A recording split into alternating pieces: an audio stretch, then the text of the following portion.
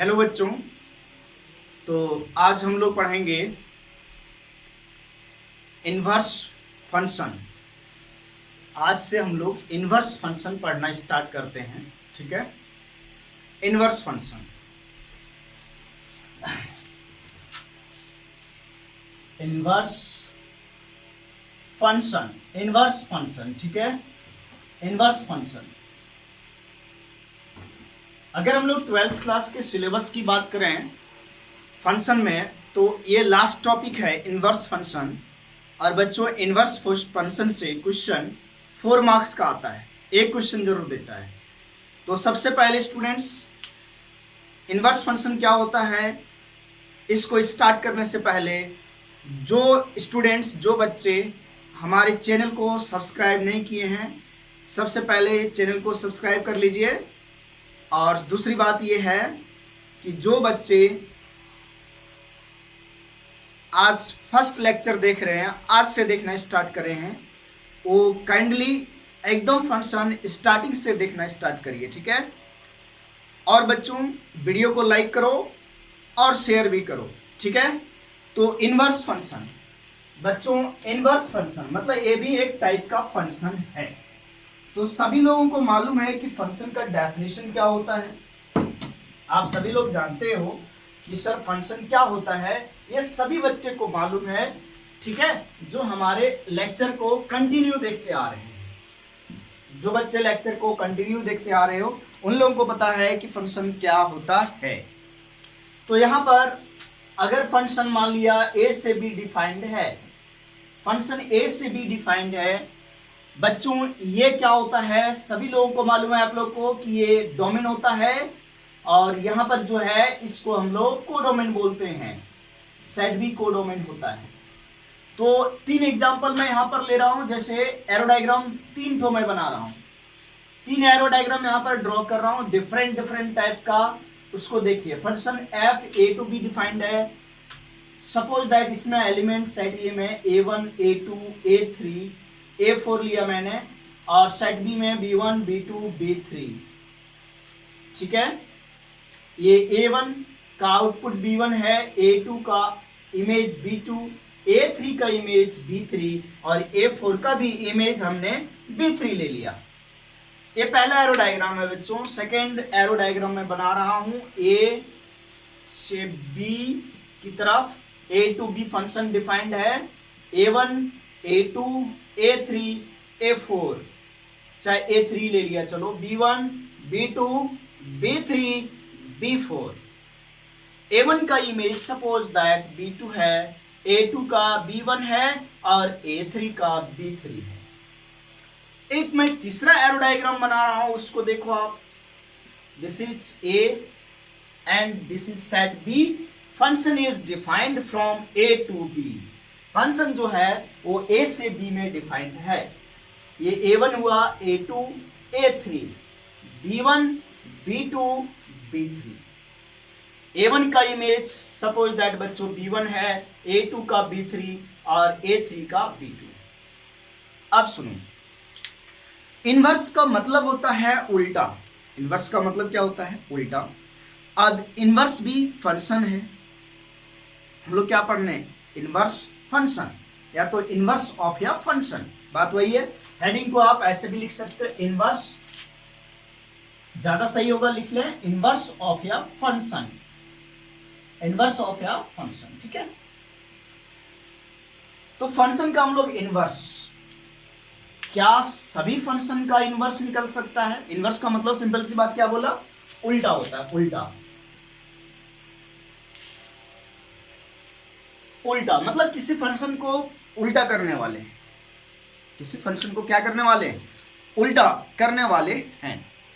तो उल्टा करने वाले हैं, इसका मतलब क्या होगा कि जो इनपुट है वो इनवर्स में आउटपुट बन जाएगा, और जो आउटपुट है वो क्या बन जाएगा? इनपुट बन जाएगा।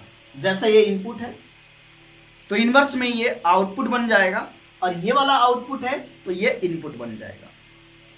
लेकिन माइंड में ये बात रखना है कि इनवर्स भी एक फंक्शन ही होगा, इस बात को माइंड में रखना पड़ेगा। तो अब हो क्या रहा है, देखो पहला जो मैंने एरो डायग्राम लिया है, जैसे फर्स्ट, सेकेंड और थर्ड, 3 एरो डायग्राम मैंने यहाँ पर ड्रॉ किया है। ये 3 एरो डायग्राम ड्रॉ किया है, इससे हम लोग को समझना है कि अलग अलग टाइप का फंक्शन का एरो डायग्राम है, तो इसमें कौन से फंक्शन का इनवर्स होगा, क्या सारे फंक्शन का इनवर्स हो जाएगा, क्या सारे फंक्शन का इनवर्स हो जाएगा, ये भी तो देखना है या नहीं होगा। तो बात क्या होगा स्टूडेंट्स, देखो यहां पर अगर B1 का जैसे इनवर्स लेने का मतलब ये इनपुट बन जाना और ये आउटपुट जाना, तो अगर मैं इसको इनपुट बना के आपको दिखाऊं तो आप देखना आराम से, ठीक है। चलो ये उल्टा इसका बना रहा हूं, इधर B ले लिया और इधर ये, चलो B1 B2 B3 लिखा, ठीक है, समझो बात को, B1 B2 B3। और सेट ए में जो एलिमेंट है A1 A2 A3 A4 है, ये क्या हो जाएगा, अगर होगा पॉसिबल है तो F इनवर्स होगा, मान लेते हैं अभी थोड़े टाइम के लिए कि ये F इनवर्स हो गया। अब होगा क्या, सुनो, B1 का प्री इमेज क्या है, A1 है, तो B1 किसके साथ जाएगा, A1 के साथ एरो लगेगा, A1 के साथ मिलेगा। B2 का A2 है, चलो B2 का A2 है, और B3 का A3 है, अच्छा B3 का A3 है, और B3 का एक और प्री इमेज है, B3 का एक और प्री इमेज है A4, तो ये A4 मिला दिया। अब जब ऐसे हम एरो डायग्राम मिलाते हैं तो देखो कि ये जो एग्जांपल मैंने लिया है ये तो फंक्शन ही नहीं है, ये तो फंक्शन ही नहीं है। मतलब फंक्शन क्यों नहीं है, फंक्शन में क्या होता है, क्या होता है डेफिनेशन ऑफ फंक्शन, कि हर एक एलिमेंट का इमेज बनेगा, चलो हर एक एलिमेंट का इमेज है। दूसरा बात क्या होता है, एक एलिमेंट का एक ही इमेज बनेगा, लेकिन यहां पर जो B3 है इसका 2 इमेज बन जा रहा है बच्चों, तो ये फंक्शन नहीं होगा, ये फंक्शन नहीं हुआ। और ये फंक्शन नहीं हुआ इसका मतलब इस फंक्शन का इनवर्स एग्जिस्ट नहीं करेगा। इसका मतलब क्या हुआ, इस फंक्शन का देखो इनवर्स एग्जिस्ट कर ही नहीं रहा है, इनवर्स फंक्शन आ ही नहीं रहा है, तो ये अच्छा इस फंक्शन का इनवर्स नहीं आ रहा है, तो ये कौन सा फंक्शन है, किस टाइप का फंक्शन है बच्चों। तो देखो काइंड्स ऑफ फंक्शन आप लोग पढ़े हैं, 2 एलिमेंट का सेम इमेज है, तो ऐसे फंक्शन को हम लोग क्या बोलते हैं, मेनी वन बोलते हैं। ये जो फंक्शन है वो मेनी वन फंक्शन है। और अगर इस फंक्शन की रेंज की बात करें तो B1 B2 B3 है, और कोडोमेन भी सेम है, और यानी रेंज और कोडोमेन क्या है, दोनों बराबर है, तो ये function many one plus onto बन गया, लेकिन इनवर्स एग्जिस्ट नहीं किया। इसमें देखो,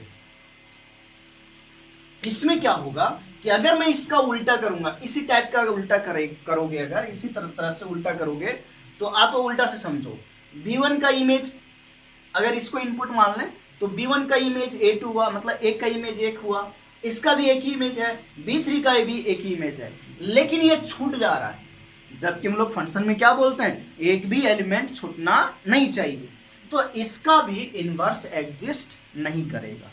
अब बोलोगे सर ये कौन सा फंक्शन, अगर देखें तो एक एलिमेंट का एक इमेज है, तो सबसे पहली बात है ये तो 1 1 हो गया, लेकिन यहां पर देखो रेंज जो है ना B1 B2 B3 है, और कोडोमेन पूरा है, तो रेंज और कोडोमेन दोनों इक्वल नहीं है, इसका मतलब ये इनटू हो गया, ये इनटू हो गया, ठीक है। इस फंक्शन के बारे में डिस्कस करते हैं, इसके बारे में। यहां पर देखो अगर मैं इसको उल्टा करके देखूं, ये सेट B हो गया और ये सेट क्या हो गया, ये B में B1 B2 B3 element, A set A में क्या है, A1 है A2 है और A3 है, तो ये B2 ये क्या होगा, F इनवर्स होगा। फिर अगेन इसके अकॉर्डिंग हो भी सकता है इसका इनवर्स और नहीं भी हो सकता है, चलो चेक करते हैं। B1 का प्री इमेज A1 है, तो B1 किसके साथ मिलेगा, A1 के साथ। B2 का प्री इमेज A3 है, तो B2 किसके साथ, B3 के साथ, और B3 का प्री इमेज A2 है, तो B3 A2 के साथ मिल गया। यहां पर हो रहा है क्या, ये फंक्शन है या नहीं है, ये एरो डायग्राम फंक्शन है या नहीं है। तो हम लोग देखते हैं कि हर एक एलिमेंट का इमेज है और एक एलिमेंट का एक ही इमेज है, मतलब ये फंक्शन है, ये सही है, यानी इस फंक्शन का इनवर्स एग्जिस्ट करेगा, इस फंक्शन का ये इनवर्स हो गया। इस फंक्शन का ये क्या हो गया, इनवर्स हो गया। तो हम देखें कि कौन सा फंक्शन का इनवर्स निकला, किस फंक्शन का इनवर्स निकला। तो बच्चों आप लोग क्लियरली यहां देख रहे हो कि ये फंक्शन 1 1 है, एक एलिमेंट का एक इमेज है, एक का एक है, तो 1 1 हो गया, 1 2 1। और रेंज जो है कोडोमेन के इक्वल है, यानी ऑन टू है। तो ये जो तीसरा नंबर का फंक्शन है आप जो देख रहे हो, इसका इनवर्स डिफाइंड हुआ, इसका उल्टा निकला। तो अब क्या समझ में आया हम लोगों को कि सारे फंक्शन का इनवर्स नहीं निकलेगा, केवल किसका इनवर्स निकलेगा, जो फंक्शन 1 1 और ऑन टू रहेगा, जो फंक्शन क्या रहेगा 1 1 और ऑन टू। तो ये सब मैं एग्जांपल साफ कर दे रहा हूं, इरेज कर देता हूं, क्योंकि जरूरी कौन सा है, वो चीज जो उधर लिखा है। तो ये गिवन फंक्शन जो है, ये 3 नंबर का ये फंक्शन क्या है, ये जो फंक्शन गिवन है ये बच्चों कौन सा फंक्शन है, ये 1 1 एंड ऑन टू, यानी ये जो फंक्शन है वो 1 1 है। 1 1 का एक और नाम होता है, आप लोग जानते हो, इंजेक्टिव, स्टैंडर्ड नाम इंजेक्टिव। प्लस ये फंक्शन ऑन टू है, ऑन टू का एक और नाम होता है सरजेक्टिव। और ये दोनों जेक्टिव को मिला दें, इसको कंबाइंडली हम लोग क्या बोलते हैं, बाइजेक्टिव फंक्शन। तो क्या समझ में आया, कौन से फंक्शन का इनवर्स निकलेगा, बाइजेक्टिव फंक्शन का। सबसे पहला चीज ये हम लोग को ध्यान में रखना है कि सारे फंक्शन का इनवर्स डिफाइंड नहीं होता है, केवल बाइजेक्टिव फंक्शन का इनवर्स डिफाइंड होता है। और बाइजेक्टिव फंक्शन का तो इस तरह से एक और नाम आया, क्या नाम आया बच्चों, बाइजेक्टिव फंक्शन को हम लोग इन्वर्टिबल फंक्शन भी बोलेंगे, यानी बाइजेक्टिव फंक्शन का एक और नाम आ गया, क्या चीज, इन्वर्टिबल फंक्शन। और इन्वर्टिबल फंक्शन अगर कोई बोले तो समझ में आना जाना चाहिए कि फंक्शन बाइजेक्टिव है। अगर कोई बाइजेक्टिव बोलता है प्रूव करने, मतलब इन्वर्टिबल प्रूव करना है। बच्चों ये तो तुम देखो कि ये पुराना ही चीज तो है, ये इनवर्स ऑफ फंक्शन जो है वो पुराना ही टॉपिक है। क्या 1 1 एंड ऑन टू चेक करना, अगर आपको कभी प्रूव करने दिया जाए या चेक करने के लिए बोला जाए कि चेक करो कि ये फंक्शन इन्वर्टिबल है या नहीं है, तो आप सिंपल सी बात समझो कि आपको चेक करना है कि फंक्शन बाइजेक्टिव है या नहीं है। ठीक है, तो क्या समझ में आया कि कोई भी फंक्शन इन्वर्टिबल कब होगा। एक लाइन हम लोग लिख लेते हैं ना, एक लाइन लिख लेते हैं, या function is invertible if I double F का मतलब होता है if and only if function is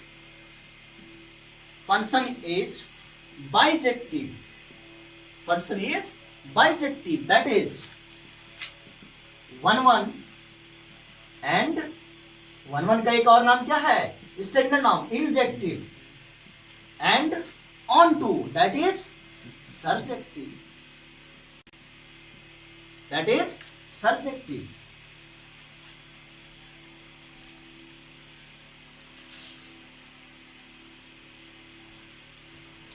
ठीक है बच्चों। अब आप लोग को ध्यान होगा ना 1 1 कैसे चेक करते हैं, हम लोग 1 1 कैसे चेक करते हैं।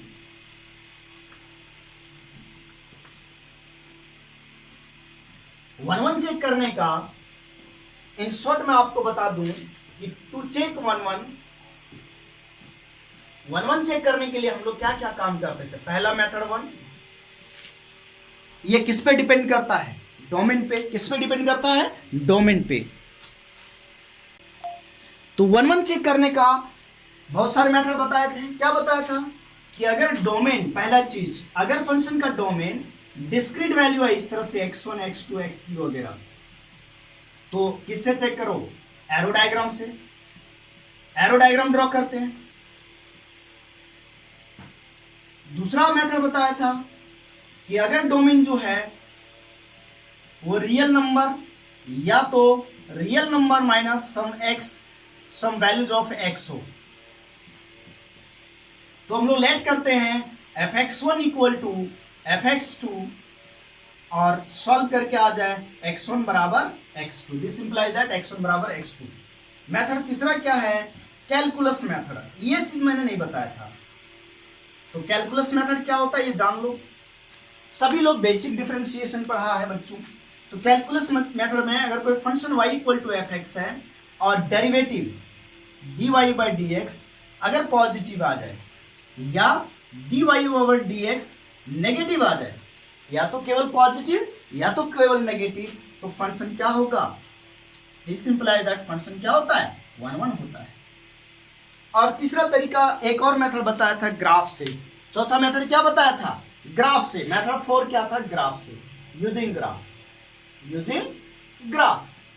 और यूजिंग ग्राफ क्या था कि हॉरिजेंटल लाइन ग्राफ को एक ही पॉइंट पे कट करता है। Horizontal line cuts graph at only one point. ये था बच्चों मेथड्स 1 1 चेक करने का। और 1 2 चेक करने का, फंक्शन 1 2 चेक करने का एक ही तरीका था, क्या था बच्चों, 1 2 चेक करने का क्या तरीका था, रेंज फाइंड आउट करना पड़ता है। क्या फाइंड आउट करना पड़ता है, रेंज। ऑन टू चेक करने का क्या तरीका है, to check onto function. Onto चेक करने का तरीका है रेंज निकालिए, और क्या रेंज और कोडोमेन अगर इक्वल आ जाए तो फंक्शन क्या होगा, ऑन टू होगा। तो कल को अगर आप लोग को प्रूव करना है कि फंक्शन इन्वर्टिबल है या नहीं है, मतलब बाइजेक्टिव प्रूव करना है, यानी 1 1 एंड ऑन टू प्रूव करना है। 1 1 प्रूव करने का टोटल 4 तरीके होते हैं। अलग अलग टाइप के फंक्शन में हम लोग अलग अलग मेथड अप्लाई करेंगे। जैसे हम लोग को ग्राफ पता है तो फंक्शन का ग्राफ डायरेक्ट चेक कर सकते हैं और एक हॉरिजेंटल लाइन ड्रॉ करेंगे। अगर एक ही पॉइंट पे हॉरिजेंटल लाइन ग्राफ को कट करेगा तो फंक्शन 1 1 होगा। अगर एक से ज्यादा पे कट कर देगा तो फंक्शन मेनी 1 हो जाता है। ठीक है, कैलकुलस मेथड बताया इसी तरह से आपको।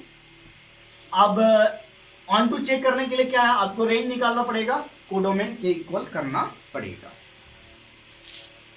तो बच्चों हम लोग अब यहां से देखते हैं कि सपोज दैट, थोड़ा लिखने भी तो सीखना पड़ेगा। जैसे बच्चों एक एग्जांपल की बात करें कि एक फंक्शन डिफाइंड है इस तरह से 1 2 2 1 2 3 3 4 5 6। अगर कोई इसका इन्वर्स लिखने के लिए बोला जाए तो इन्वर्स का मतलब सिंपल सी बात मैंने क्या बताया कि उल्टा कर दूं, यानी जो इनपुट है इसको अपन इनपुट बोलते हैं और ये बाद वाला आउटपुट होता है। तो जो आउटपुट है वो इनपुट बन जाएगा, जैसे 2 का 1 3 2 क्या होगा 4 3 और 6 5। अच्छा एक बात समझ में आता है कि हम लोग फंक्शन में हम लोग जो इनपुट होता है उसको क्या बोलते हैं, जो इनपुट होता है उसको क्या बोला जाता है, उसको हम लोग बोलते हैं डोमेन। उसको क्या बोलते हैं हम लोग, डोमेन बोलते हैं। जो फंक्शन में इनपुट होता है उसको क्या चीज बोला जाता है, डोमेन बोला जाता है। तो यहां पर होगा क्या कि जो फंक्शन का डोमेन है वो इनवर्स फंक्शन में रेंज बन गया। देखो ये 1 डोमेन, 1 किस में आ रहा है, डोमेन में, तो ये इनवर्स में क्या बन गया, रेंज। तो हम लोग बोल सकते हैं कि डोमेन ऑफ फंक्शन एफ वो क्या हो जाता है, range of function F inverse. बहुत इंपॉर्टेंट बात है, इनवर्स ट्रिग्नोमेट्रिक फंक्शन में काम आता है। तो domain of function is equal to range of F inverse. मतलब फंक्शन है, जैसे फंक्शन एफ है, ए टू बी डिफाइंड है, तो आप लोग को पता है ये डोमेन होता है।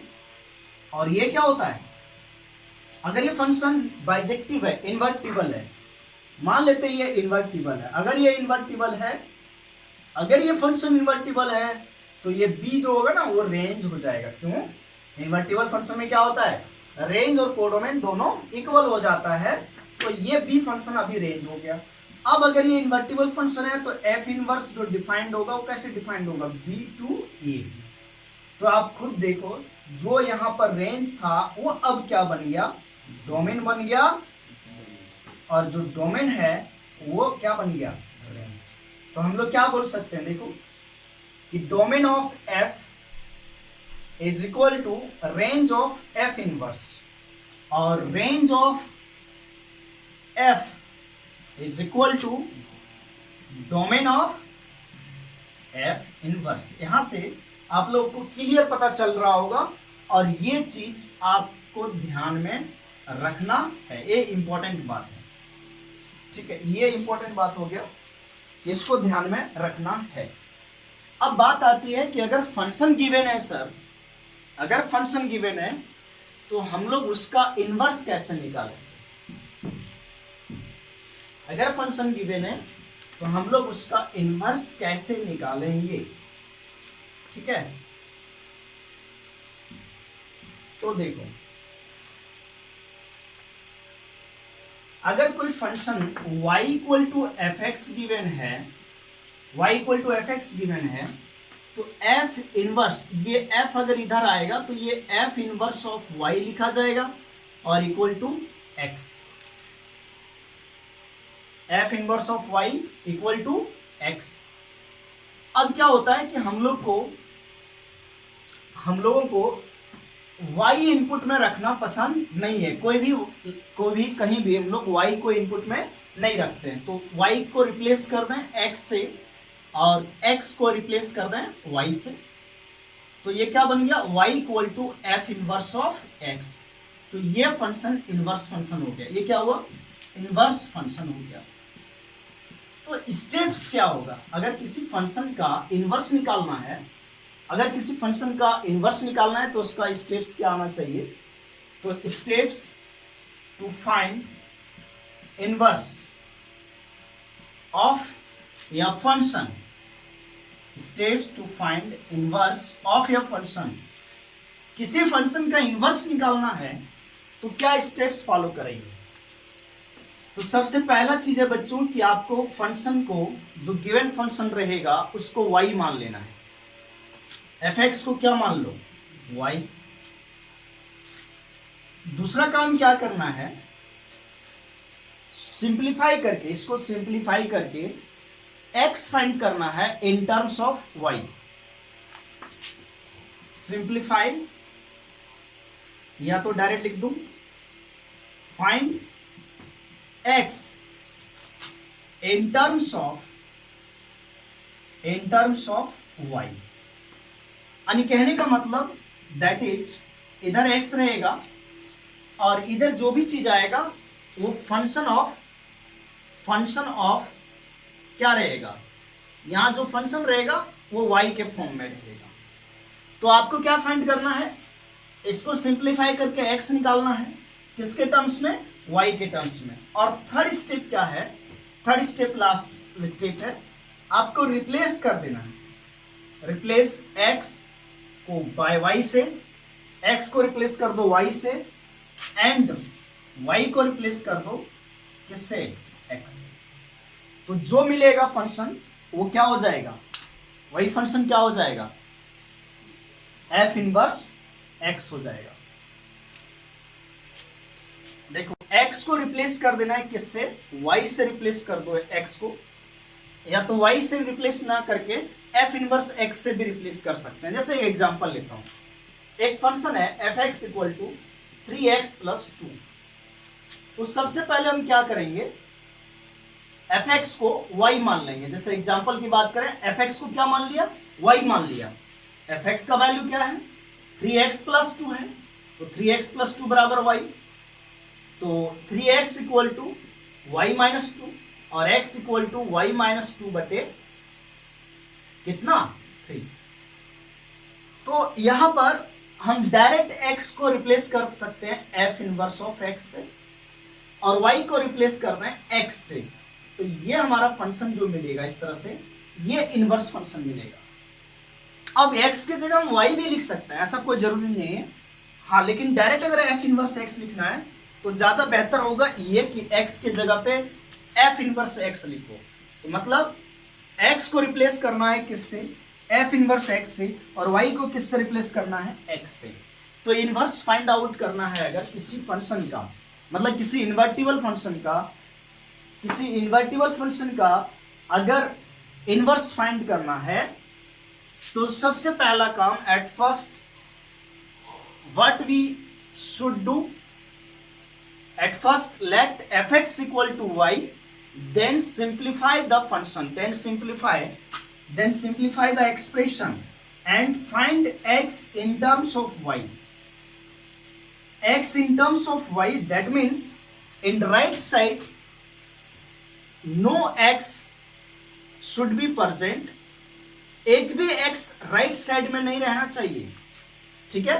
अगर इधर एक भी x बच जाता है तो इसका मतलब ये इन टर्म्स ऑफ y नहीं आया, इधर y राइट साइड में केवल y या कांस्टेंट टर्म रहना चाहिए। तो हम लोग कुछ क्वेश्चन को सॉल्व करते हैं, इनवर्स निकालते हैं और देखा जाए। सारे कॉन्सेप्ट इनवर्स के हो गए हैं क्वेश्चन सॉल्व करने के लिए। अब हम लोग केवल क्वेश्चन सॉल्व करेंगे।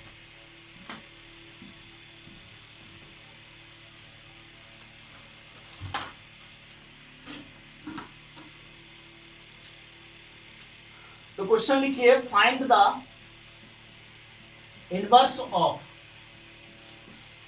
Following invertible function. यानी यहां पर जो भी फंक्शन मैं दे रहा हूं वो आप समझ लीजिए इन्वर्टिबल फंक्शन है, और उसका आपको क्या निकालना है, इनवर्स निकालना है। जैसे एक क्वेश्चन मैं दे रहा हूं, F R to R plus defined F X 10 to the power X plus 1। आप इसको चेक भी करोगे ना, इस फंक्शन को, ये डोमेन हो जाएगा और ये क्या हो जाएगा, कोडोमेन। तो अगर चेक करोगे इसको कि ये इन्वर्टिबल है या नहीं, तो ये इन्वर्टिबल आएगा, इसमें कोई दिक्कत वाली बात नहीं है। वैसे जब क्वेश्चन में लिखा हो ना कि फॉलोइंग इन्वर्टिबल फंक्शन, यानी अगर क्वेश्चन में पहले से लिखा है कि फंक्शन इन्वर्टिबल है, तो आपको चेक नहीं करना है, प्रूव नहीं करना है कि फंक्शन बाइजेक्टिव है या नहीं है, इस चीज को चेक नहीं करना है, आपको डायरेक्ट इनवर्स निकाल देना है, ठीक है। तो यहां पर हमको डायरेक्ट इनवर्स निकालना है। हम लोग को तरीका क्या है इनवर्स निकालने का, ये फंक्शन को एफ एक्स को क्या मान लिया जाए, y मान लिया। एफ एक्स बराबर कितना है, 10 to the power x plus 1 equal to y। अब यहाँ क्वेश्चन अराइज होता है हम लोग का कि हम लोग इनवर्स कैसे फाइंड आउट करेंगे, मतलब यहां से x कैसे सॉल्व करेंगे। ये x जो है x प्लस 1 वो पावर में है, और पावर में अगर उसको नीचे उतारना है तो क्या करते हैं हम लोग, अगर कोई भी चीज एक्सपोनेंट में है, अगर उसको हम लोग को नीचे उतारना है तो उसको हम लोग को क्या करना पड़ता है, लॉग लेते हैं। अब लॉग किस बेस का लेंगे, जो एक्सपोनेंशियल फंक्शन का बेस है। तो इस फंक्शन का बेस कितना है, 10, तो हम दोनों साइड 10 बेस का लॉग ले लेंगे, हम लोग दोनों साइड 10 बेस का लॉग लेंगे। तो log 10 to the power x plus 1 base 10 का लॉग लिया, इधर भी लॉग y विद बेस 10। यहां तक कोई दिक्कत नहीं होना चाहिए स्टूडेंट्स। आप लोग फंक्शन एकदम स्टार्टिंग से पढ़ रहे हो तो कोई भी प्रॉब्लम नहीं आएगा। अब ये क्या होगा, ये जो पावर में है ना, ये मल्टीप्लाई में आ जाता है लॉग के प्रॉपर्टी से, और ये क्या हो जाएगा, log 10 विद बेस 10, ये log y विद बेस 10। अगर log का नंबर और बेस सेम है तो इसका वैल्यू 1 होता है। इसका वैल्यू क्या होता है, अगर log का वैल्यू क्या होगा, अगर बेस और नंबर सेम है तो 1 होगा। तो ये 1 हो गया, तो x प्लस 1 बराबर कितना आ गया बच्चों, log y विद बेस 10। हम लोग को क्या करना है, हम लोगों को करना है बच्चों x का वैल्यू निकालना है। तो x बराबर क्या आ गया, log y बेस 10 माइनस 1। तो इनवर्स में हम लोग क्या करते हैं, x को रिप्लेस कर देंगे f इनवर्स x से, और जहां पर y है y को रिप्लेस करेंगे x से। तो यहाँ y था तो y के जगह पर x लिखा, और इस log का बेस 10 है तो 10, और ये हमारा आंसर आ गया f इनवर्स x। चलो एक और क्वेश्चन लेते हैं हम लोग।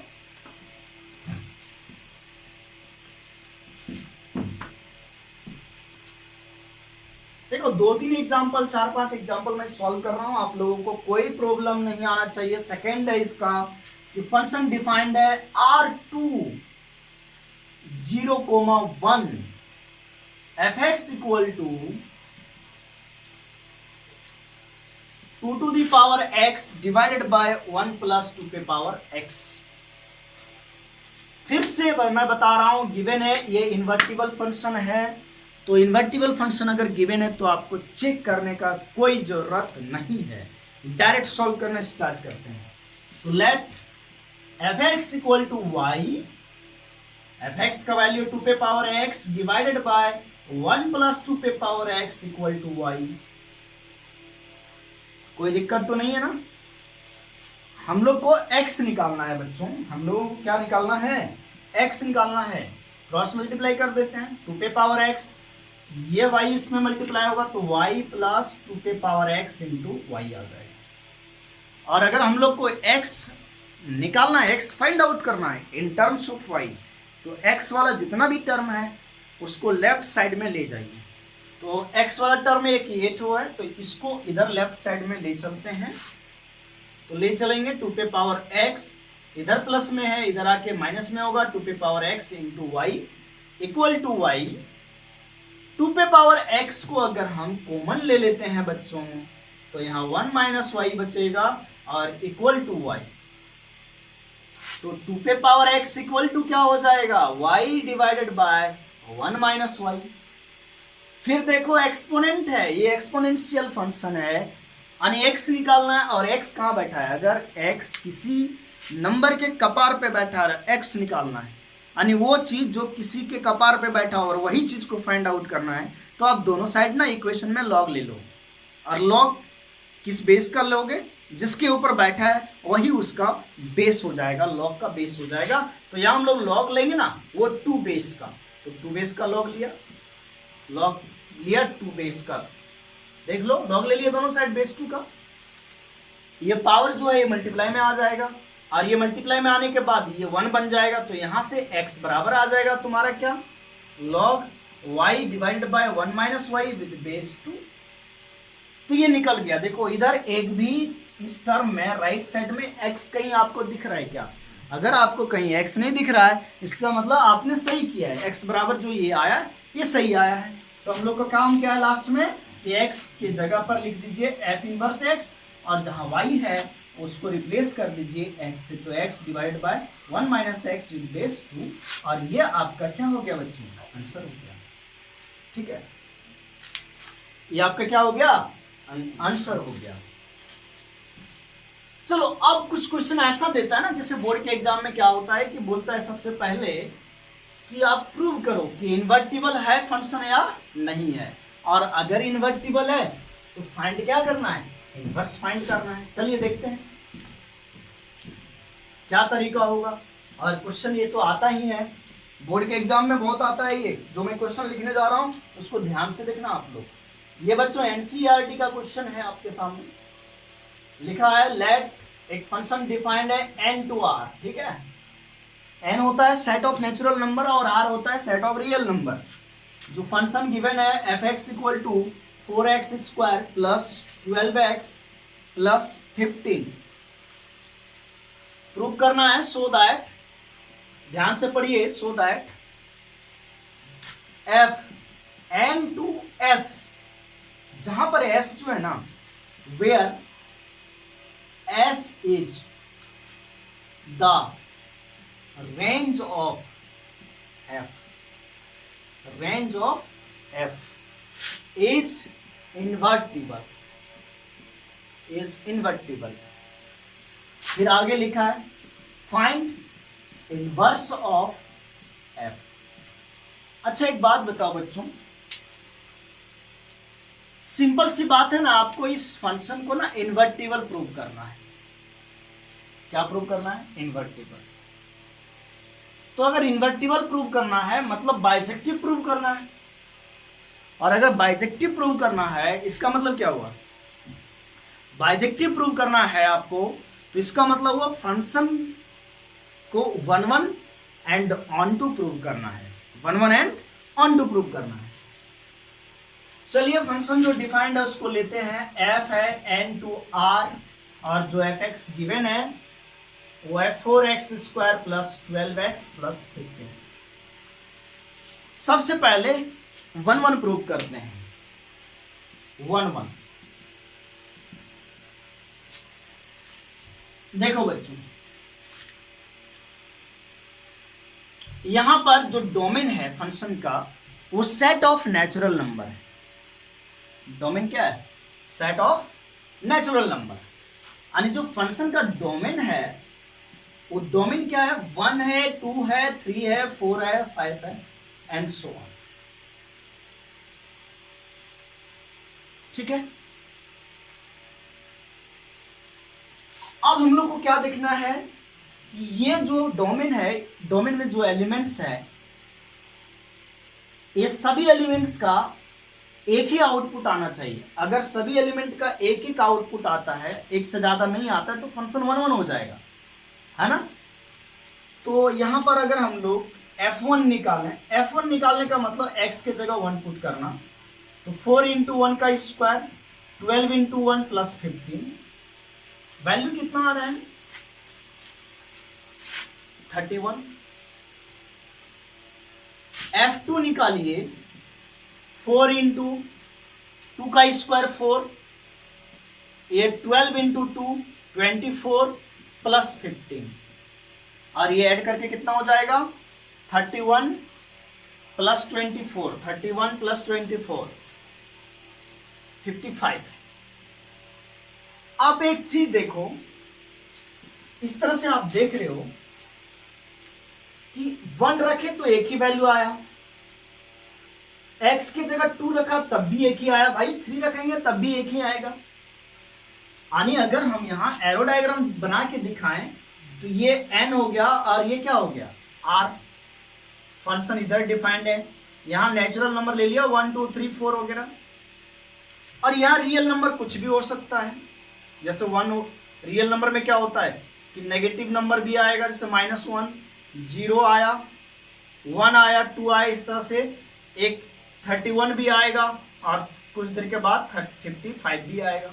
तो यहां देखो 1 का जो आउटपुट है वो 31 है, 2 का 55 है।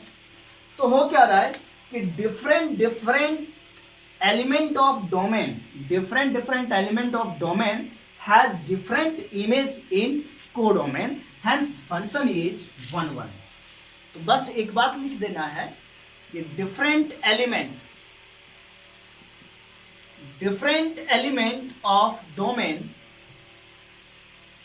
has different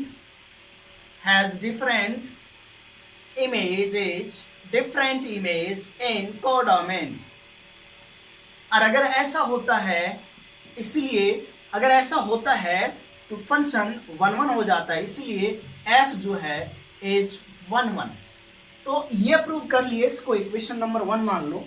हम लोगों ने फंक्शन को 1 1 प्रूव कर लिया। अब हम लोग क्या प्रूव करने वाले हैं, फंक्शन को ऑन टू। अगर फंक्शन 1 1 एंड ऑन टू हो जाएगा तो हम लोग बोलेंगे कि फंक्शन इन्वर्टिबल है। तो हम लोग क्या बोलेंगे बच्चों कि फंक्शन क्या चीज है, इन्वर्टिबल है। तो अब देखते हैं ऑन टू प्रूव करते हैं। आप लोग कॉपी कर लेना वीडियो को पॉज करके, है ना, पॉज करना वीडियो को, रोक लेना वीडियो को और कॉपी कर लेना। अब क्या प्रूव करते हैं इसमें, onto. Onto prove करने के लिए हम लोग को रेंज निकालना पड़ेगा, और रेंज निकालना है बच्चों तो फंक्शन को क्या मानना पड़ता है रेंज निकालने के लिए। अच्छा, रेंज निकालना तो डोमेन को देखना पड़ता है ना। अगर हम लोग रेंज निकालना है हम लोग को बच्चों तो क्या देखना पड़ता है, हम लोग को डोमेन देखना पड़ता है। तो बच्चों हम लोग को रेंज निकालना पड़ेगा। तो अब एक चीज ध्यान से देखो कि हम लोगों को कौन से फंक्शन को प्रूव करना था, इन्वर्टिबल, इसको प्रूव करना है ना। तो आप ध्यान दो बच्चों की N2S ये हो जाता है डोमेन, और ये क्या हो जाता है, कोडोमेन होता है। अगर इसको प्रूव करना है इन्वर्टिबल तो N2S लिया, ये क्या होता है, कोडोमेन। अब यहां पर बोल रखा है इसने कि जो S है ना वो रेंज ऑफ F है, मतलब इस फंक्शन का जो रेंज आएगा वही क्या होगा, ये S होगा। और अगर वही रेंज होगा, S ही होगा, तो भाई अगर फंक्शन ऐसे डिफाइंड है तो ये तो कोडोमेन होता है, हम लोग का सभी लोगों को मालूम है। तो इसका रेंज क्या आएगा, इस फंक्शन का रेंज क्या आएगा, वही क्या हो जाएगा, कोडोमेन। तो अगर इसका रेंज निकालना है तो हम लोग को देखना क्या पड़ेगा बच्चों, डोमेन। डोमेन क्या है, नेचुरल नंबर है। तो फंक्शन का डोमेन जो है वो नेचुरल नंबर है, 1 2 3 4 5 6 वगैरह। तो रेंज जो आएगा इस टाइम में बच्चों वो डायरेक्ट क्या आएगा, अगर डिस्क्रीट वैल्यू डोमेन तो F1 आएगा, F2 आएगा, F3 आएगा और जो भी चीज आएगा। अब बोला गया है कि यहां पर कि ये जो रेंज है वो किसके बराबर है, ये S के बराबर है। अब देखो अगर ये फंक्शन fx है 4x square plus 12x plus 15, तो यहाँ पर रेंज जो है वो s के इक्वल है, रेंज में ये चीज आएगा। चलो जो भी वैल्यू यहाँ पुट होगा, जो कैलकुलेशन करके आएगा वो आने दो। जैसे क्या क्या आया था, 31 आया था, F2 कितना आया था 55, इस तरह से जो भी आएगा ये s है। और ये जो रेंज है ये क्वेश्चन में खुद बोल रहा है कि s जो है ना वो फंक्शन का रेंज है। मतलब क्वेश्चन में बोल रहा है कि ये s क्या है, रेंज है। किसका, इस फंक्शन का। और हम लोग पहले से जानते हैं कि इधर जो लिखा रहता है एरो तरह वो कोडोमेन होता है। यानी क्वेश्चन खुद बोल दे रहा है कि रेंज बराबर क्या है, कोडोमेन है। रेंज बराबर क्या बोल दे रहा है यार, रेंज इक्वल टू क्या बोल रहा है, कोडोमेन है। और रेंज इक्वल टू कोडोमेन बोल दिया, इसका मतलब क्या हुआ, फंक्शन एज ऑन टू, ये फंक्शन ऑन टू हो गया। तो इक्वेशन 2, तो from 1 and 2 f is invertible. यानी इन्वर्टिबल कैसे हुआ, f इज बाइजेक्टिव, 1 1 और 1 2 दोनों है तो फंक्शन बाइजेक्टिव हो गया, that is f is invertible. ये प्रूव हो गया कि ये फंक्शन इन्वर्टिबल, ये प्रूव हो गया पहला पार्ट। अब बोला कि आप इनवर्स भी निकालो, तो इनवर्स निकालने का तरीका आप लोग को बताया है। क्या करना पड़ता है इनवर्स निकालने के लिए, फंक्शन को y मान लेते हैं। देखिए वीडियो पॉज करके आपको लिख लेना है बच्चों। अब हम लोग फंक्शन को y कंसीडर करते हैं, किस लिए, इनवर्स निकालने के लिए। तो लेट fx बराबर y, fx क्या है 4x square plus 12x plus 15 equal to y। यहां से हम लोग को कैलकुलेट करके x निकालना है, तो 4x square plus 12x plus 15, ये प्लस y इधर आएगा तो माइनस y। अच्छा अब बोलोगे सर अभी तक आप क्या कर रहे थे कि x वाले टर्म को एक साइड ले जा रहे थे, अब सारे टर्म को एक साइड ले गया। तो भाई यहाँ पर जो है ना x में क्वाड्रेटिक बन रहा है, इसके पहले जो भी था वो x पे पावर सेम था, मतलब 1 1 था। अगर x पे पावर सेम है ना, अगर सारे x पे पावर जो है सेम है तो x वाले टर्म को एक साइड कर लेना और बाकी टर्म को दूसरे साइड। लेकिन अगर x का पावर अलग अलग हो तो वो इक्वेशन बनता है, कोई पॉलिनोमियल बनेगा। जैसे यहाँ क्या बन रहा है, क्वाड्रेटिक बन रहा है, तो क्वाड्रेटिक बन रहा है x में, ये किस में, क्वाड्रेटिक इक्वेशन है किसमें, इन x में। तो फॉर्मूला तुम लोग जानते हो ना, श्रीधराचार्य फॉर्मूला x निकालने का। क्या होता है x निकालने का Shridharacharya formula, minus b plus minus root under b square minus 4ac divided by 2e। इसको लगा देते हैं तो देखो b का वैल्यू ना 12 है तो ये माइनस 12 हो गया, प्लस माइनस b का स्क्वायर मतलब 12 का स्क्वायर 144 माइनस 4ac, तो 4a मतलब 16 into 15 minus y divided by 2a, कहने का मतलब 8। ठीक है, तो x equal to minus 12 plus minus,